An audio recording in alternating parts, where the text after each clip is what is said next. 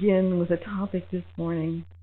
I'm aware that some of us may be fearful or at least concerned about the coronavirus. So I've asked our awesome practitioners, those on duty and those not on duty, to all wear their stoles today. And if you would like a prayer to feel a little bit better, more comfortable, prayer of protection, whatever you want, just find anybody with a white stole and ask them for prayer.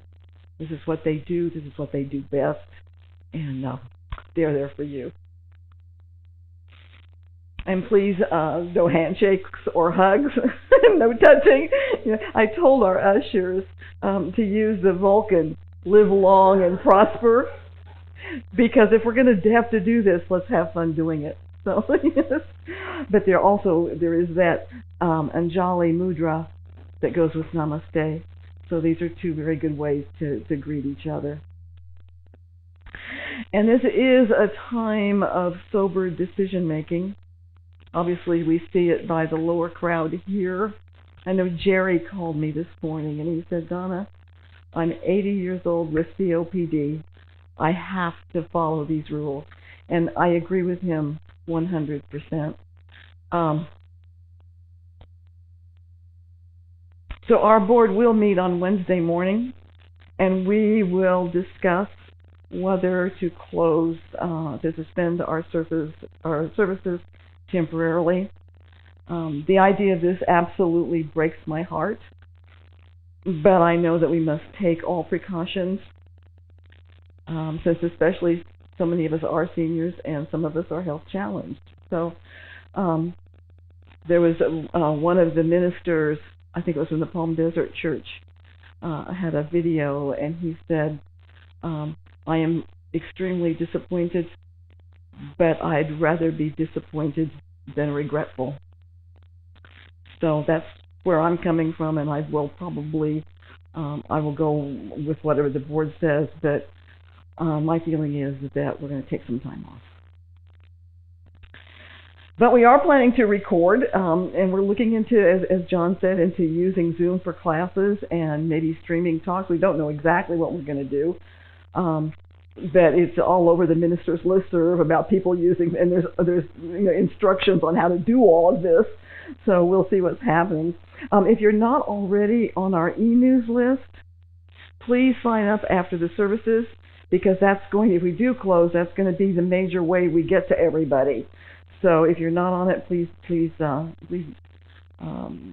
sign up. And there's also a link to the talks, to my video talks. So hopefully we can continue to do that. If we don't Zoom, we can continue to put the talks through the website.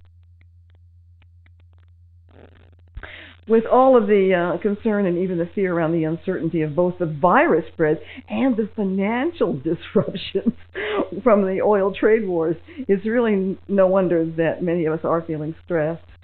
So I certainly hope that each of you take advantage of our practitioners and the wonderful work that they do.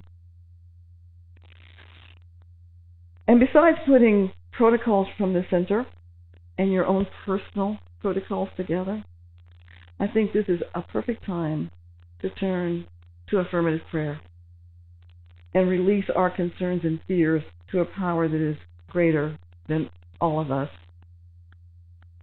And so again, I ask you to use our practitioners. They can help us do that. Well, the first day of spring is just around the corner, and on Tuesday we celebrate St. Patrick's Day.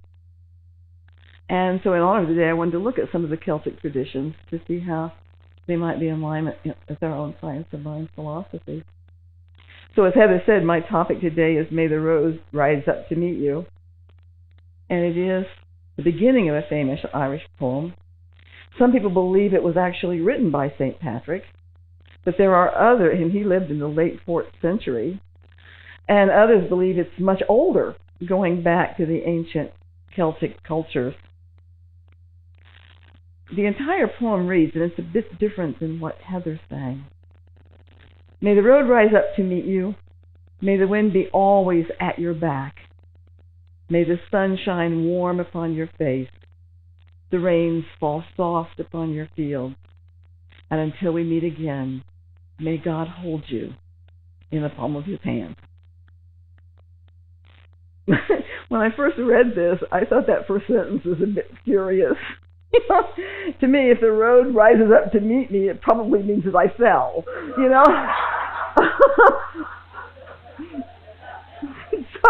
So okay, now how do I fix this?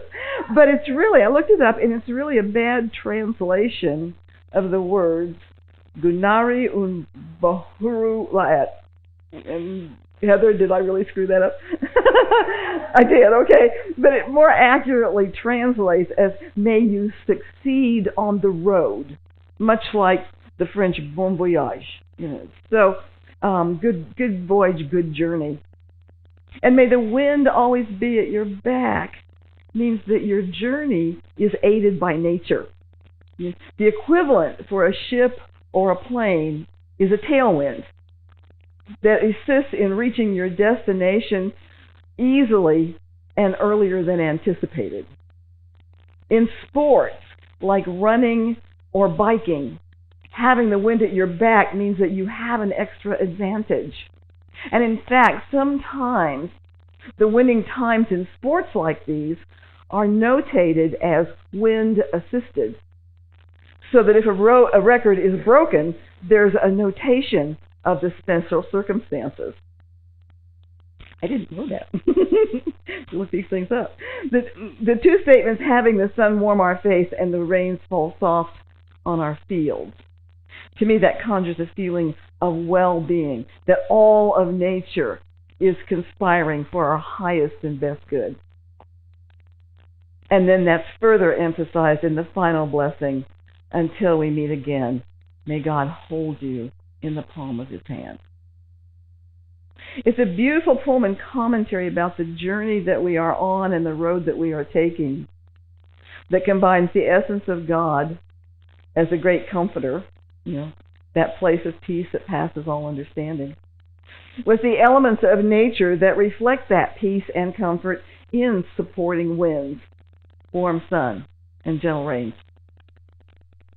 So this inner experience of God as love and peace is outwardly pictured in the beauty and sweetness of nature. And this is the way of Celtic spirituality.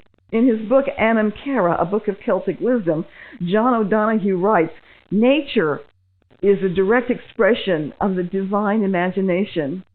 It is a most intimate reflection of God's sense of beauty. And then later he states, the world of Celtic spirituality is completely at home with the rhythm and wisdom of the senses. When you read Celtic nature poetry, you see that all the senses are alerted. You hear the sounds of the winds, you taste the fruit, and above all, you get a wonderful sense of how nature touches human presence. There's a lot of stories about our founder, Dr. Ernest Holmes, and his love of nature. And it's said that often when he had dinner parties, the centerpiece would be made of weeds that he would gather in the open field near his home, because he truly believed that they were just as beautiful as a bouquet purchased at a florist.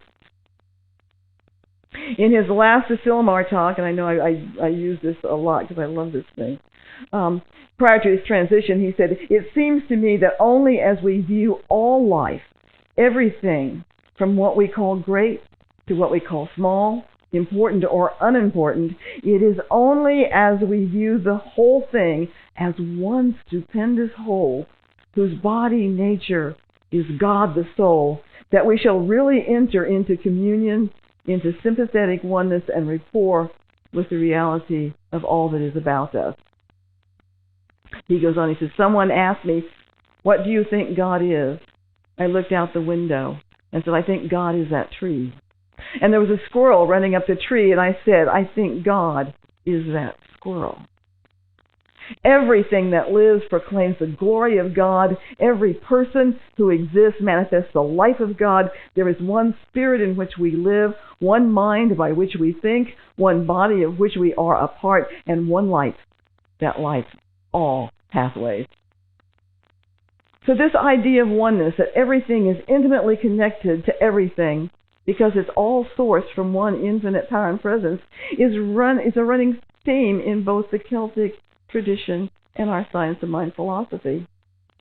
In both cases, God is not an outside entity, but a power and presence that is both immanent and transcendent. And if we believe that God is infinite, everywhere present, then God exists as the tree, as the squirrel, the wind, sun, rain, and God exists as each and every one of us. So when we look at everything and everyone as being that inextricably connected individual manifestations of the one source, then you and I have the ability to see beyond the appearances of outer experiences. And that's part of the Celtic wisdom as well. John O'Donohue says, the eternal is not elsewhere. It is not distant. There is nothing as near as the eternal. The eternal world and the mortal world are not parallel. Rather, they are fused. They are woven into and through each other. And I love that feeling, don't you? That the whole idea of God is woven through me and through you. And that's how we connect. Those threads, those strands that are our God self in action as each one of us.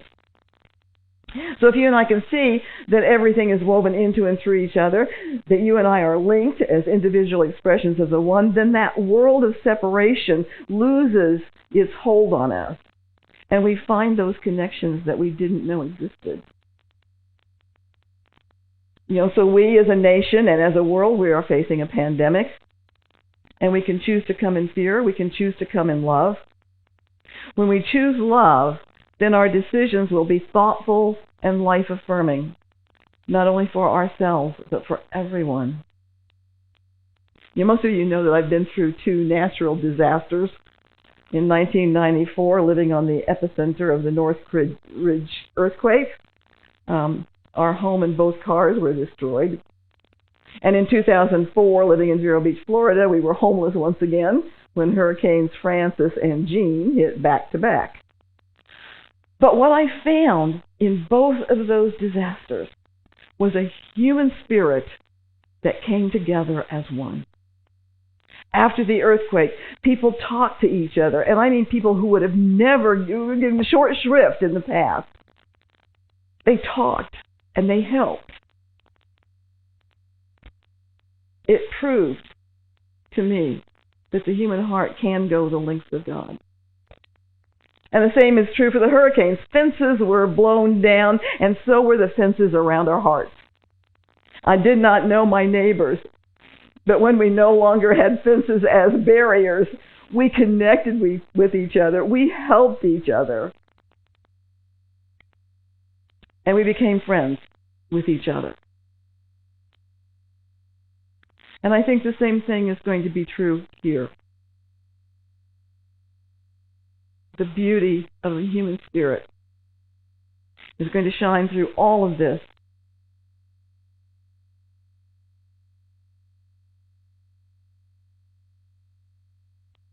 And we will be held in the palm of God's hand. A difficult or unwanted thing can turn out to be a great gift. Frequently, we receive these unknown gifts in disguise. The words to one of our offering songs is, I am thankful for the blessings in my life. I am thankful for the blessings in disguise. And you've heard me often refer to the idea that these things are gems in ugly wrappers. A quote I got from my mentor, Arthur Chang. John O'Donohue tells the old story of a young king who took over a kingdom. He was loved before he became a king, and his subjects were delighted when he was finally crowned. They brought him many different gifts. After the coronation, the new king was at supper in the palace. Suddenly there was a knock on the door. The servants went out to discover an old man, shabbily dressed, looking like a beggar. He wanted to see the king. The servants did their best to dissuade him, but to no avail. The king came out to meet him, And the old man praised the king, saying how wonderful he was and how delighted everyone in the kingdom was to have him as king. And he had brought the king the gift of a melon. The king hated melons. But being kind to the old man, he took the melon, thanked him, and the old man went away happy. The king went indoors and gave the melon to his servants to throw out in the back garden. The next week, at the same time, there was another knock at the door. The king was summoned again, and the old man praised the king and offered him another melon. The king took the melon and said goodbye to the old man, and once again he threw it out the back door. And it's continued for several weeks, but the king was too kind to confront the old man or belittle the generosity of his gift. Then one evening, just as the old man was about to hand the melon to the king, a monkey jumped down from the portico in the palace and knocked the melon from the old man's hand. The melon shattered in pieces all over the front of the palace. And when the king looked, he saw a shower of diamonds flying from the heart of the melon. And eagerly he checked the garden at the back of his palace, and there all the melons had melted around a little hillock of jewels. John Donahue says that the moral of this story is that sometimes awkward situations, problems, or difficulties are really disguised opportunities for growth. He says, very often at the heart of the difficulty there is a light of a great jewel. It is wise to learn to embrace with hospitality that which is awkward and difficult. We may not be able to embrace the pandemic with hospitality, but we can look for the gems in the ugly wrappers. We can look for the diamonds at the heart of the melon. And for me, I know what it's going to be, because my learning curve is going to be challenged to the nth degree, because there is a good chance that we're going to close physically for a while, but we're going to find ways to connect. And I know nothing about Zoom, and only recently found out about Facebook Live. But if we put these technologies in place, we can still connect as a spiritual family. We can continue to hold classes, our spiritual circle, our Sunday services, without being physically present in a single location.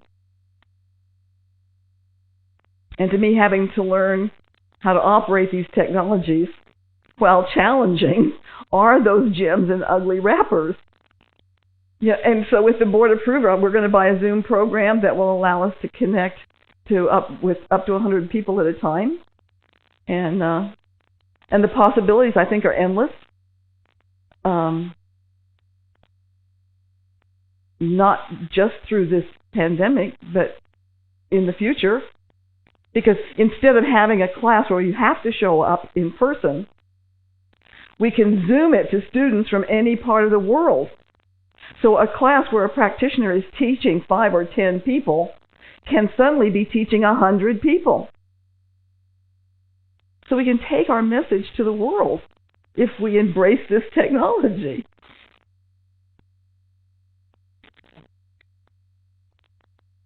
And this Zoom program, as I understand it, allows everybody to be seen and heard. So we can carry on the conversations. It's not just a lecture. Our spiritual circle can be attended by everyone, even those who in the past have been hampered by distance or health challenges or transportation. We can open up our circle. Instead of the 14 people that sit in the circle, there can be surrounded by that another 100 people. Our theme for the month is a deep breath of spring, and Heather's celebration song lyrics ask us to breathe in, breathe out, spirit shining light. Breathe in, breathe out, given a fresh sight. So we can take a fresh look at what the world sees as a pandemic, and perhaps we can see through it to the blessings that it can give us. And perhaps one of those ugly wrappers is the necessity to stay at home, not physically interacting with others. So maybe this is the time to use the phone more, to use Facebook more, to write a letter, Maybe this time to pick up that spiritual literature that's gathering dust in our bookcase, yes, and read it. And maybe this is the call to lengthen the time that we take in meditation. And perhaps it's this time of reflection, starting a journal or reopening the one we've not visited for a while. Being forced inside and away from people may offer us opportunities to find that special place inside of us. John O'Donohue writes, solitude is one of the most precious things in the human spirit. It's different from loneliness. When you are lonely, you become acutely conscious of your own separation. Solitude can be a homecoming to your own deepest belonging. So perhaps our forced solitude is a gift as it opens to our own inner thoughts, inner wisdom, inner connection with our soul and spirit. Perhaps it's a lesson in simply slowing down and listening to that still, small voice.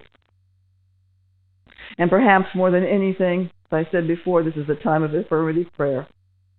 Because you and I know that truth with a capital T is more powerful than facts with a lowercase f.